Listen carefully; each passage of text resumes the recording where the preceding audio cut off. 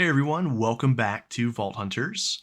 If you haven't been following this series on TikTok and Reels, I've been learning modded Minecraft by playing Vault Hunters, so this is all very new to me, and I've gotten to dig through a lot of great tutorials and experiment with some features, and I wanted to share some of the things I learned and how we're setting things up. So this time, we are looking at an automated crop harvesting system, as well as an automated animal breeding system. And again, this is all in Vault Hunters.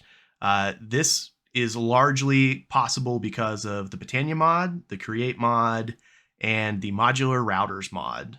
So let's walk through how this works and what's happening here. The core of this system, which is this harvester you see dropping back and forth on this cart and on this rail here, this is from Hobble's Create mod tutorial, how to automate farming, and I'll link that in the notes here at the bottom so you can check that out because he explains it much better than I do.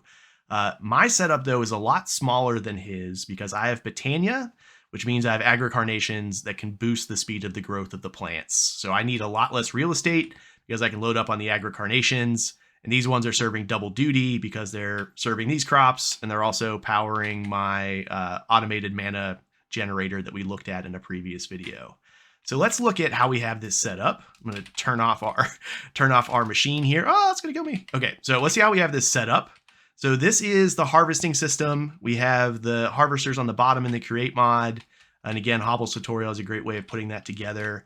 My adjustment, though, is I added the drill to the top so that I could put another layer of crops up here. I kind of fenced myself in a little bit with my base, and I can use that to harvest pumpkins and watermelon from the top of this soil here.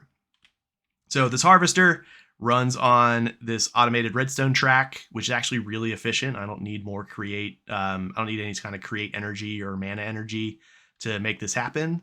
And it just goes back and forth and harvests the crops. You'll see that I have more agri-carnations in the back here because their range doesn't quite cover the full crops, at least the way I've designed this. I want to find much better ways to do this for sure. So this goes back and forth, harvesting our crops, which can also include pumpkins and melons up here. Then what happens is the hopper of the harvesting system will drop off into this chute and everything falls down here. So everything that we don't need for breeding goes into a vault at the bottom. And then everything else gets picked up by a hopper hawk. And that hopper hawk drops it here onto this conveyor belt. Now I have this conveyor belt set up so that if I just need a lot of crops and I don't need to breed anything, I can switch the direction. So it's just pure crop output. But the way this is set up now, all the crops are put into various animal pens to breed our animals.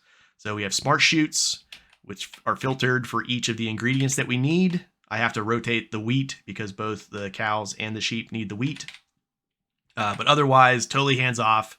Comes down in the smart chute, into the hopper, into the modular router, and then the modular router will activate the whatever vegetable is in here to feed these animals, triggering the breeding session. I have this on a timer because the animals themselves, see, like we have the rabbits here, there's a delay on the breeding, so you don't want to just feed them endlessly all the time. So we have this floating hourglass setting the time here. And that's the gist of the setup. The hopper hawk's hidden up in the corner to make this work.